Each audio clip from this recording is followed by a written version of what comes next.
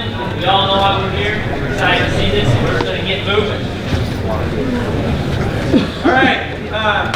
Purpose of today is kind of to introduce all of you guys to the new course here in Columbia that will be online next fall. We'll host your championships next year for the first time. So it's an exciting time for all of us here in Columbia. I'm going to allow the Columbia Parks and Rec folks to kind of take you guys through this process. It's been an amazing process. If anybody's been out to the site, you've seen all the work that's been done, and pretty much the course is in place. We just need to grow some grass. We got some grass that's grown already in the 3K loop, and then it'll take all spring and summer to get the grass to come in for next year. We got buildings that are about to go up, infrastructure that's going to be built here pretty soon that these guys will explain to you. So all of it is great stuff. The course is going to be a lot of fun. It's going to be amazing. Certainly different than Jeff City, but will be a fantastic venue for a championship for you all. With us today, we've got Mike Griggs, who's the director of Columbia Parks and Rec. We got Matt Boehner, who was really mastermind behind a lot of the tweaks that we made to the course. He's done an amazing job with this course and really opened up areas to us that we didn't even think we could use out there as far as where the course goes and how it runs and how smoothly the curve flow. You're gonna love to hear from him. And then Erica Kaufman will deal more on the programming side, and she'll talk to you guys as well. So I'm going to turn it over to Mike and let him have at it. All right, thank you, Coach. This cross-country course has been something we've been working on for quite some time. It really started when we did our 2002 Parks and Recreation Master Plan. At that time, Coach Halter came and met with me and said, hey, we need a venue. We don't have anything that's a dedicated cross-country course. We talked about other facilities and all that. At that time, we didn't have the funding for it, so it kind of rolled into our 2013 Parks and Recreation Master Plan. And about that time, Battle High School was opening up. And so now we have 3 high schools in Columbia. None of them had a place to practice or run or host a meet. And so we were going with this. So Bruce Whiteside, from the athletic director from the Columbia Public Schools, again stressed the need for having a course. So with that in mind, we started thinking about some of our options. We started looking at all the cross-country courses across the country. With the coach's help, we went to sites that had great places. We went to sites at others. Myself, I used to volunteer a lot at the state cross-country. We're all friends of the Jeff City Parks and Rec staff, and so we used to help out, so we knew how that course worked. So we started looking at different things. So after meeting with all these course people and talking to them about what would you change differently, the trend was the spectator viewing and for streaming and television. Everybody said, we love our course, but it's terrible to watch. You can't see the runners, you can't see until they come here. We can't televise it, it's too hard to televise. We have to have vehicles driving around. It's just, it was a nightmare for that kind of thing. And we didn't have any data fiber connections. We couldn't stream it. Even do radio, it was hard for that. So we dealt with some of those issues. So we talked about that. Coach, actually, we met with some of the ESPN and the SEC network people on how we could do this course with that in mind. And so what you're going to see is some of that design based on availability of easy spectator viewing. We looked at sites then. At this time, we acquired the Gans Creek Recreation Area, and we have Phillips Lake Park. Together, those 2 parks represent about 460 acres. Gans is right off of Highway 63, right by the Discovery Ridge, big intersection there, so it's easy to get to. It's got a topo. It's not a flat. It's not Jeff City hilly, but it's not completely flat. All right. So you can see here, it's got the Gans Creek that runs through it, and it's got the terrain that kind of slopes in it. So it's not going to be a completely flat course like you're thinking.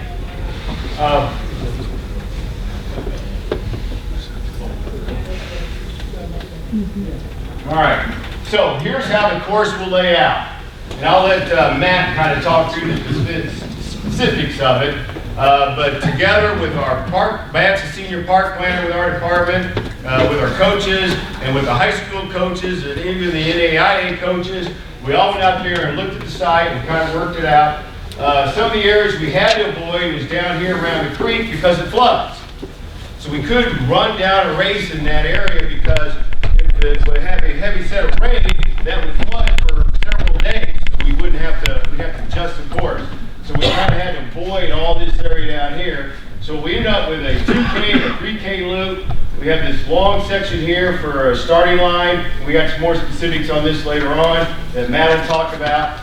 So what started it was we had our park sales tax. It's a dedicated park sales tax for capital improvements in the city of Columbia. We passed that with $200,000 that would be geared toward the initial start of this cross-country course.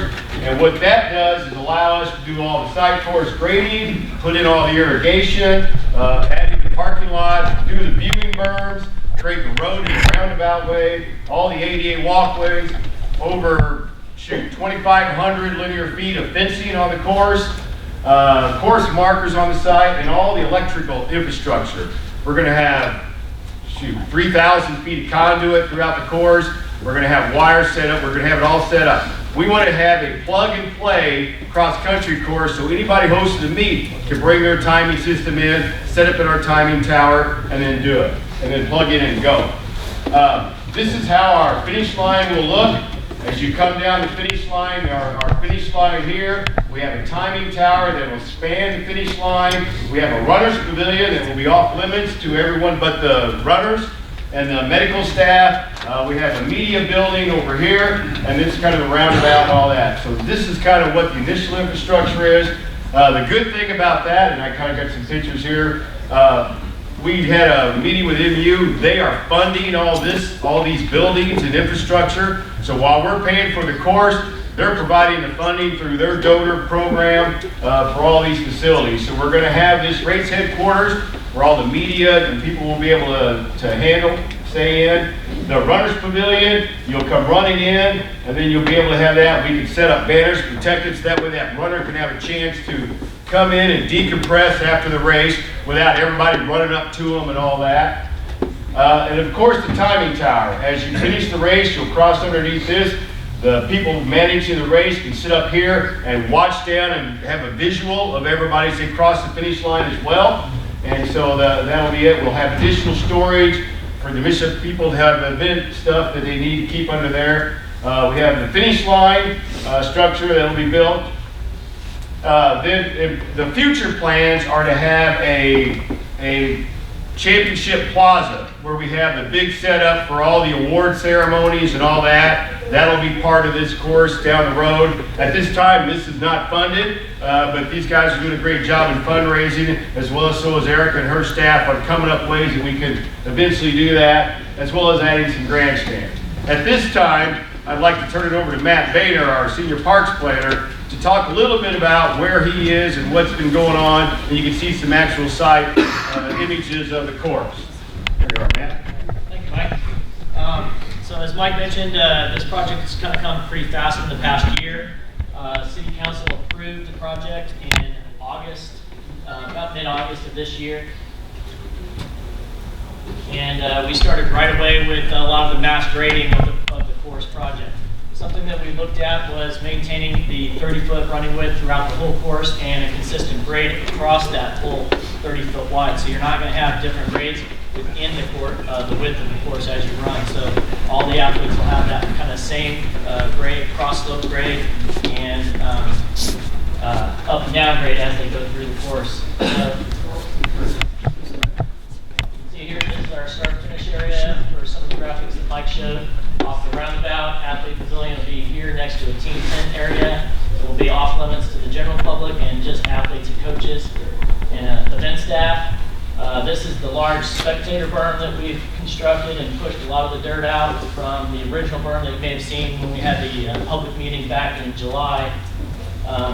It's about 12 to 14 feet higher than the actual race course for the final 200 meters. So you have a great spectator viewing area.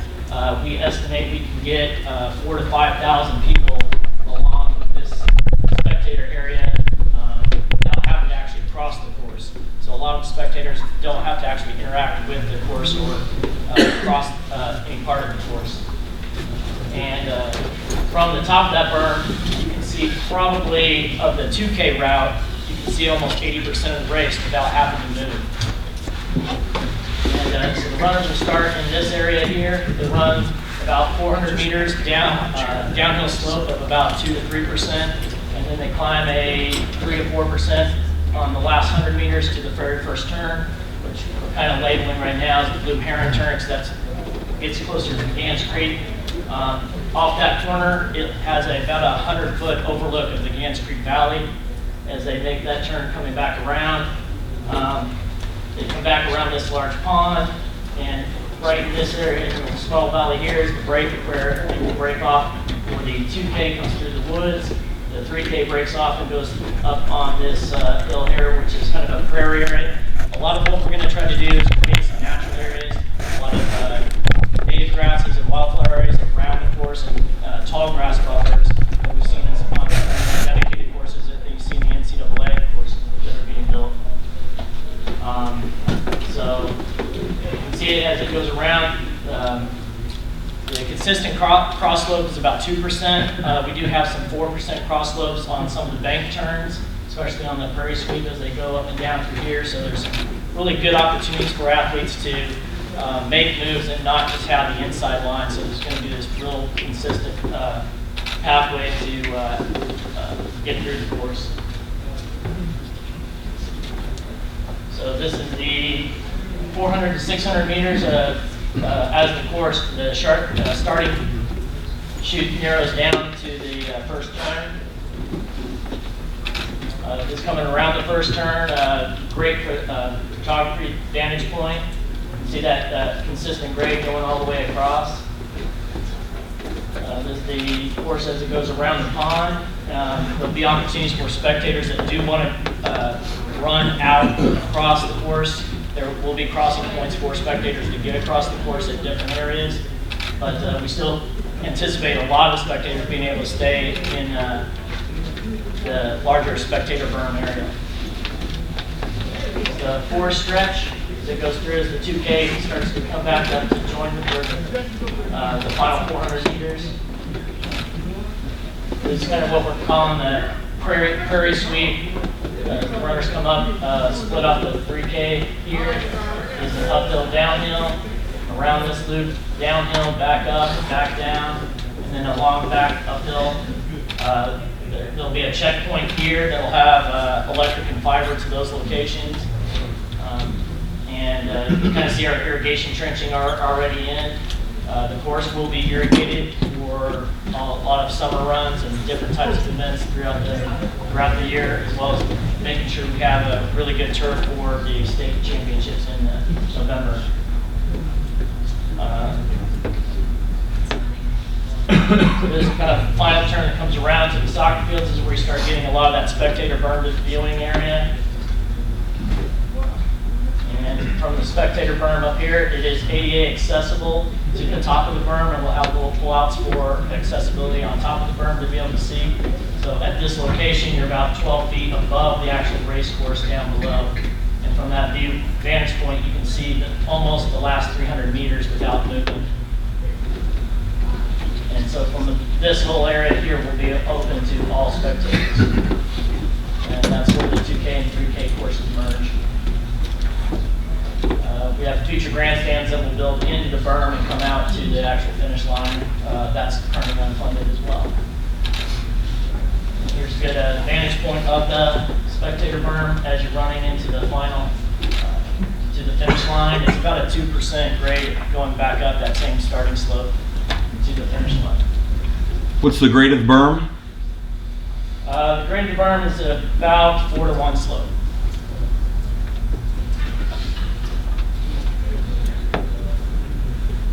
Here you can see some of the irrigation trenches we've got already installed. The irrigation has been tested, we know it's working.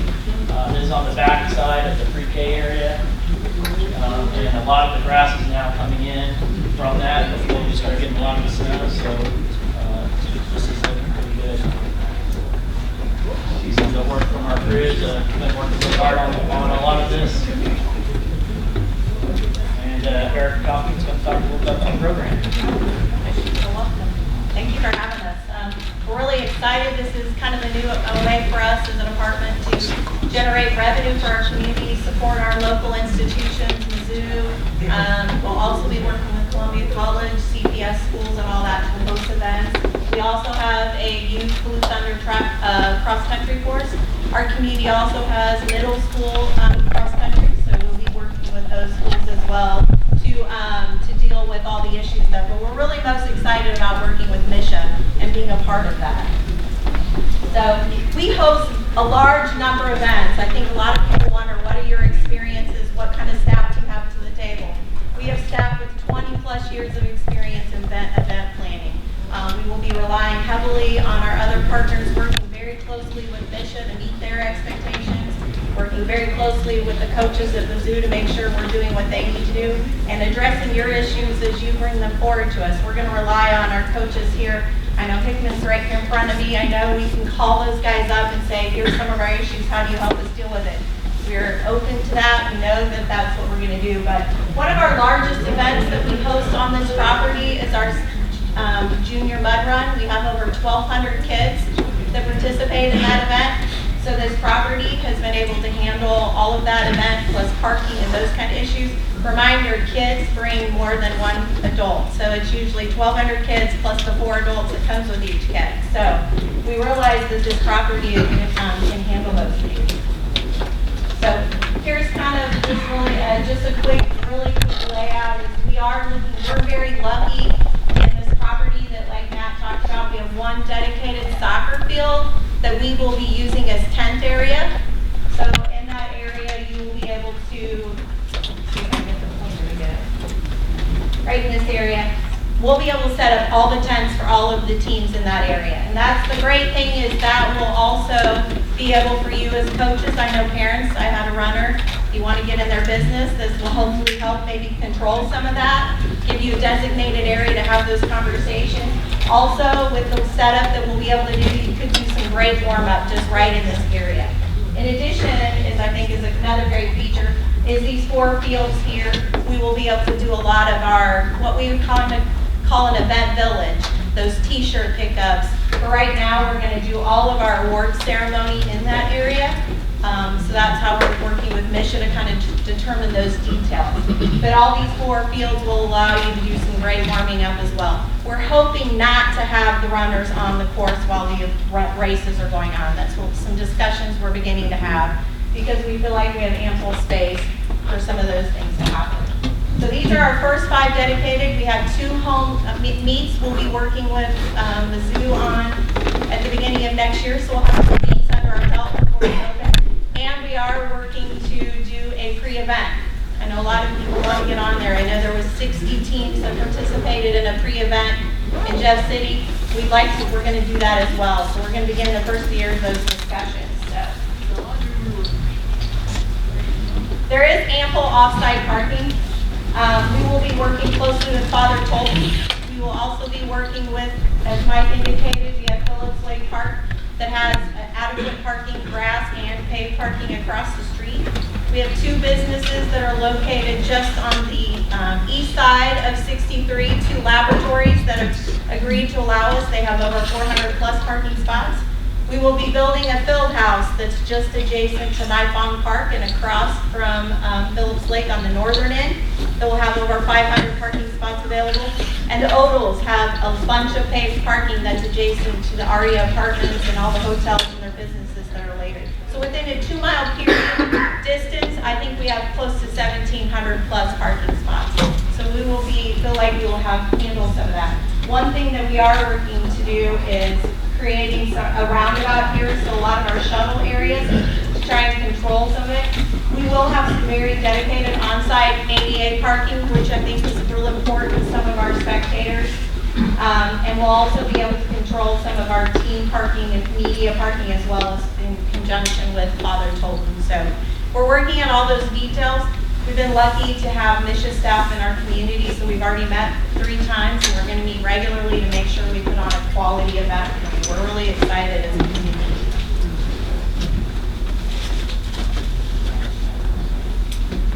Here kind kind of just gives you a quick picture of that tent area that we were talking about.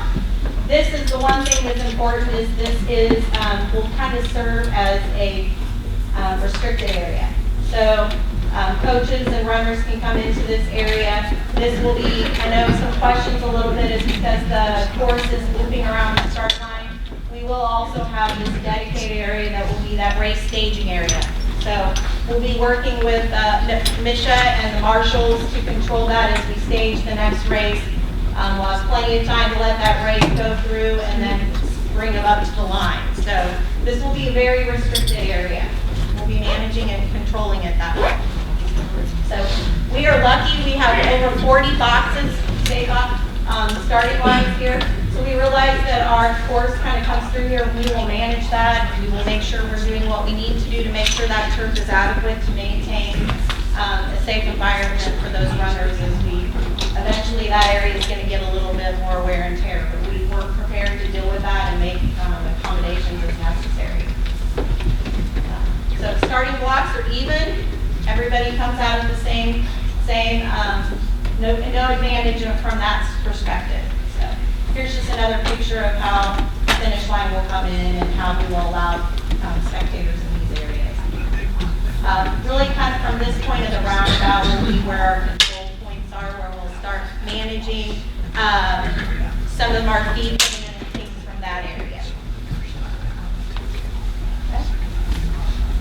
Yes, sir. You're good?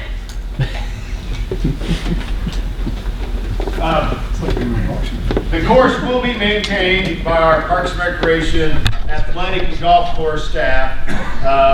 They maintain 58, they mark 58 fields on a daily basis. We have 20 areas, 2 18-hole golf course. It's one division of what I call turf specialists that work on that. We have 3 full-time employees in that, and we've added 1 more because of the addition of the cross-country course to help manage that, because we recognize that this is going to be a unique facility that's going to have its own unique challenges in that. We will be doing it as in Missouri, you got the cold season, the warm season, you got to grow grass when it's 100 degrees and when it's basically 40 degrees. And so we know we're going to be playing on that in all weather. So we're going to do a mixture of turf fescue, cool season bluegrass as well, so that we can have that. Prior to the race, mission for the state championships and for the coaches' MU events, we will likely oversee with ride. It grows in about 7 days. We do that on our athletic fields in Cosmo Park all the time. And so, I don't think anybody's ever played on a Cosmo Park soccer field that had bare dirt on it. So we do a pretty good job of making sure we have turf. If we do have an area where there is, for example, if we have a rainy day on a soccer tournament, we come back in and sod. We don't let anything bare stand for very long. So should there be a meet that happens, we would come back in afterwards so we could have it ready for the next meet with sod. As Erica mentioned, we do have some races ready to go.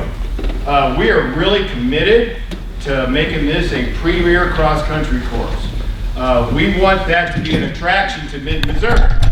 We think that this is not something, or it's nothing around here like that. And so if we can create this, we can have that dedicated course where anybody can come in and run races on it. We feel that's a bonus for the whole mid-Missouri area and just Missouri in general. And so we're certainly, that's our goal for having this facility. So we wanted to make sure we were done in time because we know that this is different. So we're kind of opening it for questions now, and we can go back and look at some of those earlier images if you like, the overall course here, and answer any of your questions at this time with Matt or Eric or I. So, yes, sir. Will there be some designated coaching type boxes? One thing I see with all of the people spread out all over Oak Hills, you can find places to get onto the courses to coach your athletes, but with a smaller group course that gives everybody access to everywhere. Yeah. We'll be finding large crowds to get across the course. And will there be designated areas near the finish, near the place on the course for coaches only? I don't know. It's a good question. I mean, we could certainly look at that. I mean, I don't see why we couldn't. We would work with mission staff to make sure that that's something that how that would work out. That needs to be added because Okay. we've got 2,000 people sitting at the finish line, and if you're out watching the race develop, you're not getting anywhere near the line. Sure. And it goes. Yeah, and there's certain areas, like you said, this is a restricted area. Everything, this is restricted, okay? So we could have inside this a little bit, maybe for coaches or pass hold or something like that. We could work on that. Hey, Mike, that's something that's pretty common at a lot of the other championship courses. Like, you go to Terre Haute, there's coaching boxes. We can make that happen. Okay. Yeah, good question. When are people going to be allowed to, like, we just going to go see it in the summer or at some point, like, just to see it on their own? Oh, when, anytime. But, okay, It's so yeah. like, if I brought my kids during the summer for a day, we could just go run on this? It depends on the day. You know, if we just got it seeded, no. You know, if we're still trying to grow grass, we will probably restrict running on it up until we're ready to race. So you can see it, maybe walk it. Right now, we have people walk it right now. So, I think, yes, sir, and then I'll come back here. Yeah.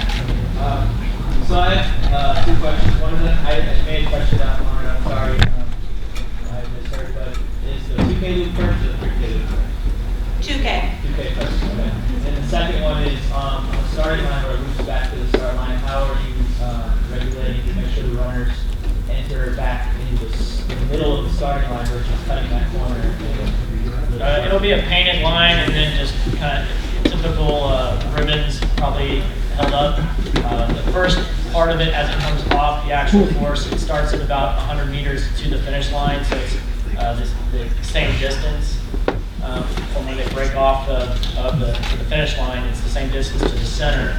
And Right in here, we would kind of, you know, most of it will be painted, and we'll have to have race officials kind of watching that, but we can do it with flags as well. This is more direction for you on growing out the grass and the turf. What is your projection for, say, our first open and soft open? oh gosh. We're probably looking sometime to end of September, first time of October. So we kind of want to look at obviously what's going on around the state and try and look at some dates and fill something in. So hopefully we can get something pretty set in stone here after the first of the year so we can get that information. I mean, who thought we'd had November like this year? You know, so. Most of the course has already been seeded with ryegrass and some of the grass that Mike mentioned to get down in place. Even though we've still got to do a lot of work with irrigation, especially on the starting block on this area here. That still has to get all screwed up with more irrigation. So a lot of that grass will come back in those areas, but you'll see where the irrigation was, and if we have to patch it up with sod, we can do that as well. Yes. Could you just do a brief 5K walkthrough on that laser pointer finger, whatever, just sit through it once from the start to the finish?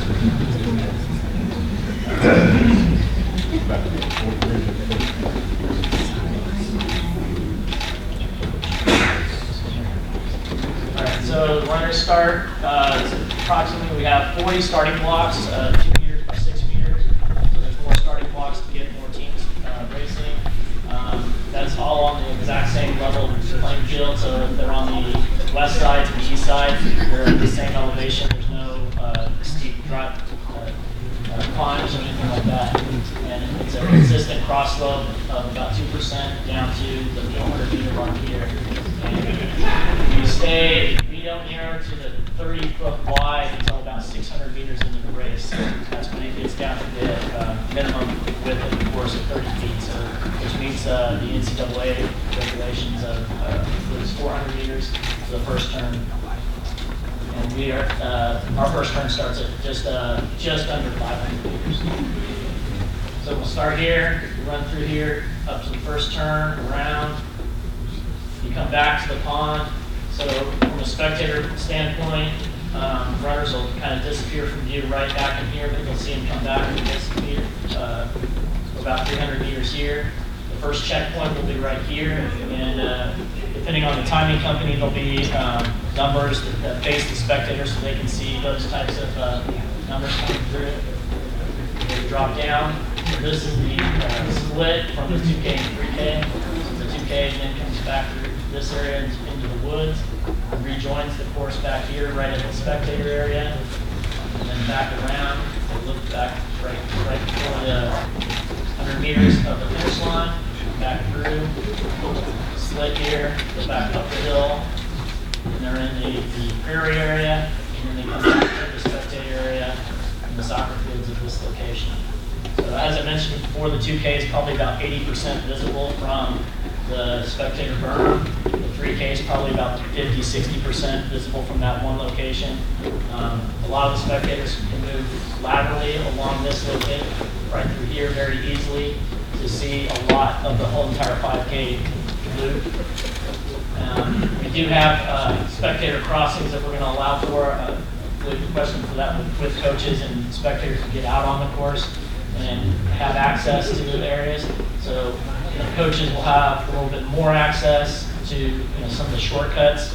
We're trying to design those into this with maintenance, but also with our Splat Kids mud run, which actually will take place in this area over here. And we're redesigning that course as we speak so that it works with this course as well, because that race is, that event is held in June, July, and it has quite a bit of effect on the area as well. So we'll definitely have some dedicated crossing points for spectators and coaches to get out. We've already talked about some coach boxes to maybe build up so that they can get to a spot out here that raises them up. Those areas are already kind of high points on the course, here and here, so they can see and watch the runners for a long distance before they need to leave and then can go to another coaching access point. So there's some great opportunities without having to cross the course that you're on the high point, so you can see a lot of the course and then move on. You're not really ever looking up at the runners or behind trees or anything like that.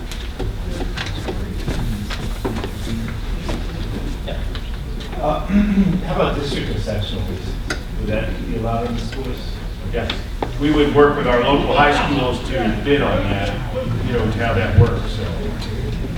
You mentioned the pre-state, whatever, are you doing any like local 5K races on there, like 4th of July or those things? We're not in 2019. We want to kind of see what happens in 2019, see what our demands are with all of our locals. We want to make our priorities being the schools, MU, our other institutions before we go beyond that public side of it. But there is a possibility that those things will eventually happen down the road. We will definitely probably do stuff like that. But right, not for 19. It's all going to be course construction, maintenance, get it ready for their first meet, and then the high school. Yes, ma'am. Since we're working on our schedule already for next year now, right? How soon will we know what that pre-state date will be? I mean, is there any way that will come out within the next month? Oh yes. Yes. Yes. And also, if kids go to Mizzou cross-country camp in the summer, is there any way or any plans for them to be on the course? Our agreement allows their camp to be on this course. So their camp, when's that in? June. It'll be held here. Yes. How many parking spaces within walking distance? And then also, is there any any future plan, any future fencing around the park? Yes. Go to the park.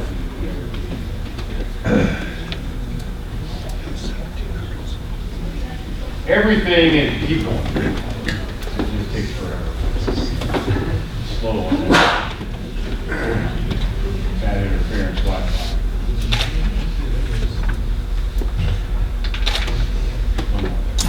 All right. Really, all of this, where this lake is surrounded by a trail.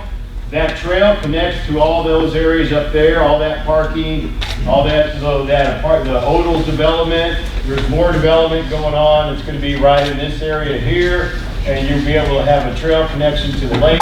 And from that lake, then you can walk down to that. That's all within easy half mile or so walking distance from that. There's going to be a lot more closer walk parking on this site. We also have turf parking all in this area here, where we'll allow turf parking. These parking lots aren't built yet, but eventually we're going to be building a big 300-person facility, like a big rental building there. And that's eventually where we'll have a lot of the meet, pre-meetings at. it'll be in that building there.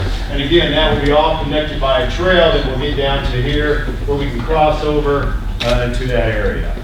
We are lucky, Father Tolton is right across from the property, and we use their parking lot a lot for the things that we do, and they're a very good partner with us as well.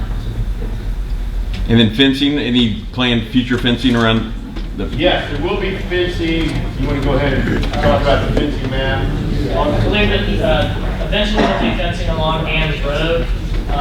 If you take the Gans Street Road that comes down here is actually a gravel road, and to get up this hill, it's probably 100-foot climbs up the hill through woods.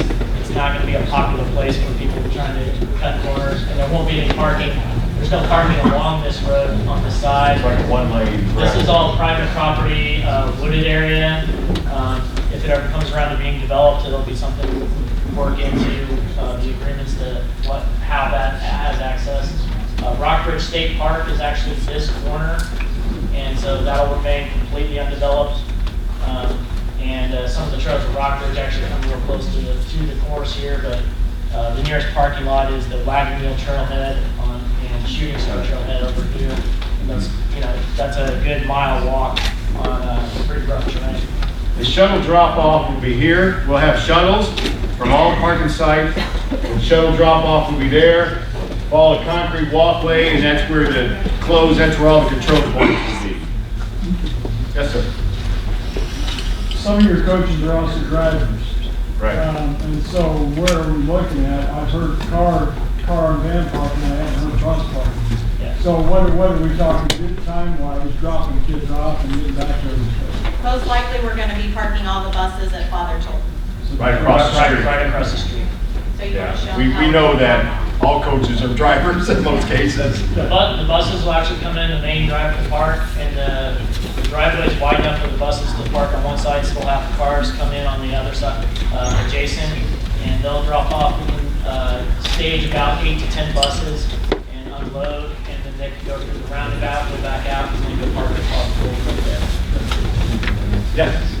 This is a public area, so we theoretically couldn't go out there on any given day to walk the course. Oh, you can? Oh, yeah. Yeah. Now, upon that, you said if you would be seeding it, so if I said to my kids, we're trying to go up there on July 30th or something, is there a website or somehow that you would post the course is closed due to? We've got some cards here from Matt, and then why don't we grab a card? Why don't we can put our number out there. Likely, if there's a heavy seating operation going on, we'll probably just post real estate Yeah, but signs. he's not gonna wanna make a trip here unless he knows.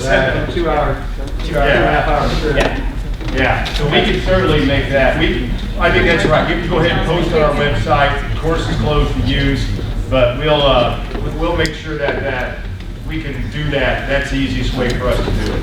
Well, my suggestion there would be there's several social media pages. Sure. We follow as coaches. It's good you talk to Miles, but it's good you talk to me. Should have it posted out. Say, Right.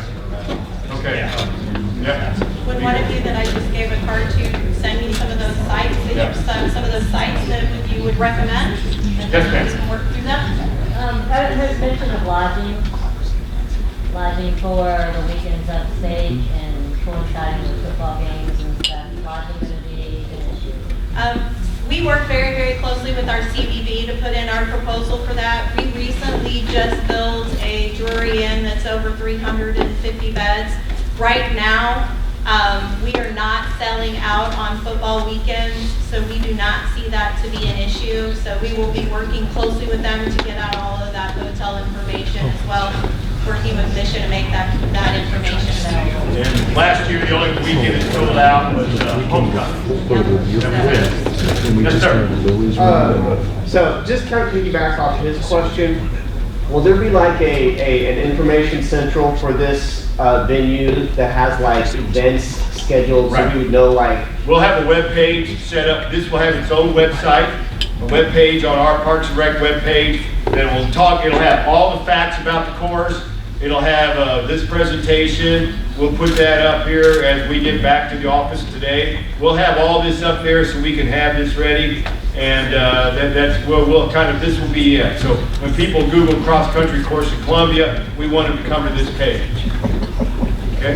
Is that Yes, a sir. current website or a website to be made? On your hotel rooms, I know last year, they said that when there's football games, a lot of the hotels, they will double the amount of cost that per room, per night. What's gonna happen with that situation? Yeah, most of them are 1, 2 nights, but I know our CBB's working with them on that. I mean, we had several people stay in Columbia for every weekend for all the state in Jeff City. Because Jeff City would always sell out. So we had people staying in Columbia, and so I don't know if anybody had that headache when they were here, but we deal with that all the time. Whether it's Show Me State games, this, you know, so the hotels know. They're not doing that as like they used to. Well, it was like last year, we stayed in Columbia and they were gonna double ours, so we had to find another place to go. Okay. Because of that. We'll pass that along. We will. Yes.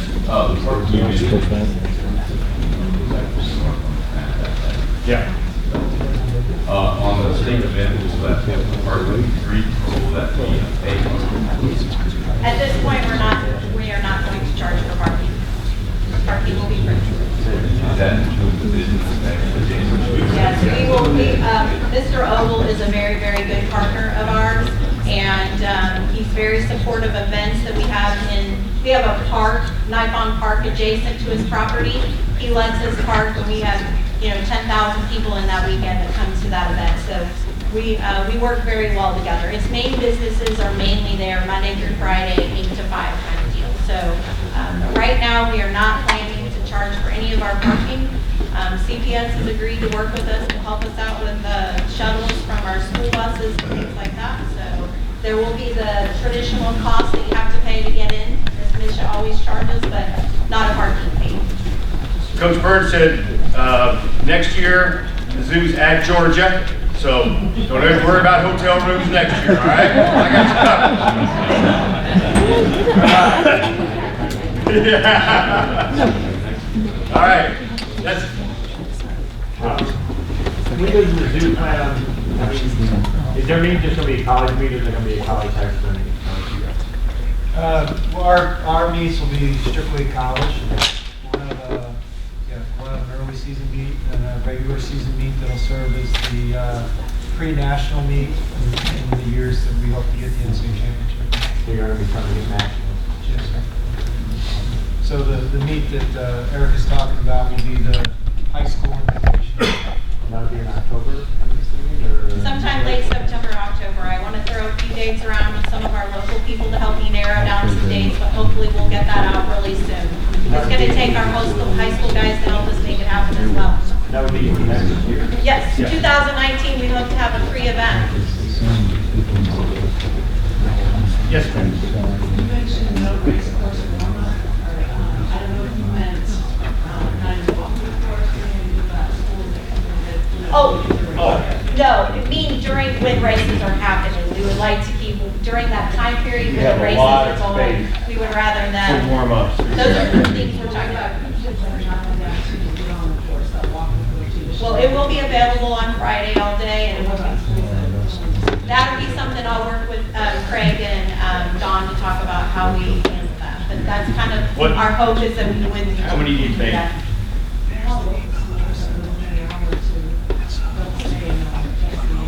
Yeah. I mean, some drive off and drive back.